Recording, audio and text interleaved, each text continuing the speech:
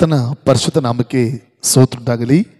ಪ್ರೀತಿಯ ದೇವರ ಮಕ್ಕಳೇ, ಮತ್ತೆ ಈ ಡೈಲಿ ಸೇವೆ ಮೂಲಕ ನಿಮ್ಮನ್ನು ಸಂಧಿಸುವಂತೆ ಯೇಸು ಸ್ವಾಮಿ ಕೊಟ್ಟಂತ ಈ ಮಹಾಕೃಪೆಗಾಗಿ ಕರ್ತನಿಗೆ ಸ್ತೋತ್ರ ಸಲ್ಲಿಸ್ತೇನೆ.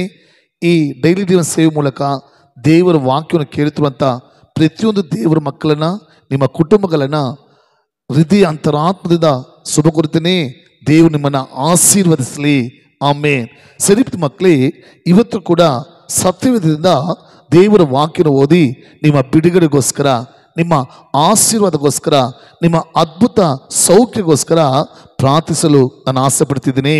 ಸತ್ಯವೇದದಲ್ಲಿ ಓದಿ ನೋಡುವಾಗ ಯೆಶಾಯ ಬರೆದ ಪ್ರವಾದನ ಪುಸ್ತಕ 41ನೇ ಅಧ್ಯಾಯ 10ನೇ ವಾಕ್ಯ, ಯೆಶಾಯ 41:10.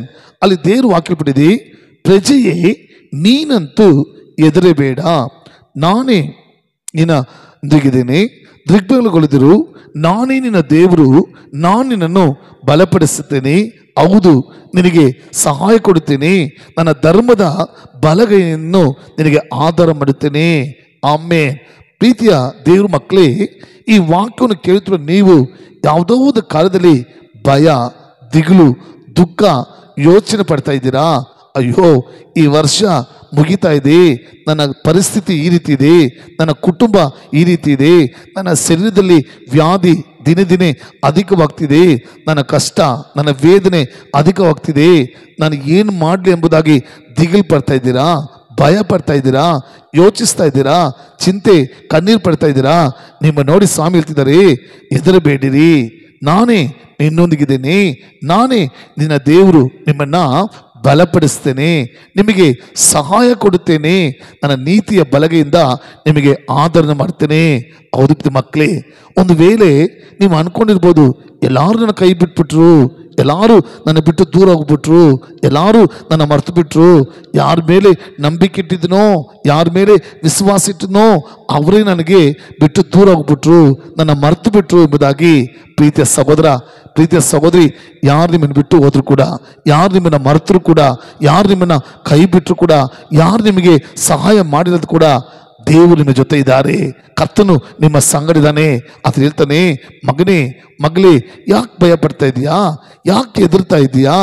ನಾನು ನಿನ್ನ ಸಂಗಡಿದ್ದೀನಿ, ನಾನೇ ನಿನ್ನ ದೇವರು, ನಿನಗೆ ಬಲಪಡಿಸ್ತೀನಿ. ಯಾವ್ಯಾವ ಕಾಲದಲ್ಲಿ ನೀನು ತಡ ಮಾಡ್ತಾ ಇದೆಯೋ, ಯಾವ್ಯಾವ ಕಾಲದಲ್ಲಿ ನೀನು ಬಲವೀನವಾಗಿದೆಯೋ, ಆ ಕಾಲದಲ್ಲಿ ನಾನು ನಿನ್ನ ಬಲಪಡಿಸ್ತೀನಿ. ಯಾವ ಕಾಲದಲ್ಲಿ ನನಗೆ ಯಾರಿಲ್ವಲ್ಲ ನನಗೆ ಸಹಾಯ ಮಾಡೋದಕ್ಕೆ, ನನಗೆ ಈ ಕಾಲದಲ್ಲಿ ಒಂದು ಬಿಡುಗಡೆ ಕೊಡೋದಕ್ಕೆ ನನಗೆ ಯಾರಿಲ್ಲ ಅಂತ ವೇದನೆ ಪಡ್ತಾ ಇದೆಯಾ?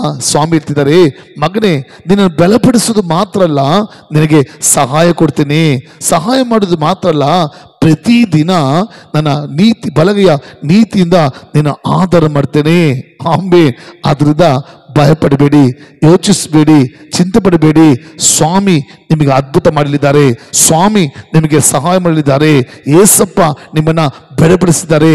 ನಂಬಿಕೆಯ ಪ್ರಾರ್ಥನವಾ, ಏಸಪ್ಪ ಈ ಒಳ್ಳೆಯ ಸಮಯ ಸ್ತೋತ್ರಪ್ಪ, ಈ ಡೈಲಿ ಸೇವೆ ಮೂಲಕ ನಿಮ್ಮ ವಾಕ್ಯವನ್ನು ಕೇಳ್ತಿರುವ ಯಾರೆಲ್ಲ ದುಃಖ, ವೇದನೆ, ಒಂದು ಭಯ, ದಿಗಿಲಿಂದ ತಡ ಮಾಡ್ತಿದ್ದಾರೆ ಸಪ್ಪ, ಅವ್ರಿಗೆ ನೀನು ವಾಗ್ದಾನ ಕೊಟ್ಟಿದ್ಯಾ, ಭಯಪಡಬೇಡ ಮಗನೇ, ನಾನು ನಿನ್ನ ಜೊತೆ ಇದ್ದೀನಿ, ನಾನೇ ನಿನ್ನ ದೇವರು, ನಿಮ್ಮನ್ನು ಬಲಪಡಿಸ್ತೀನಿ, ನಿಮಗೆ ಸಹಾಯ ಕೊಡ್ತೀನಿ, ನನ್ನ ನೀತಿಯ ಬಲಗಿಂದ ನಿಮಗೆ ಆಧಾರಣೆ ಮಾಡ್ತೀನಿ ಎಂಬುದಾಗಿ.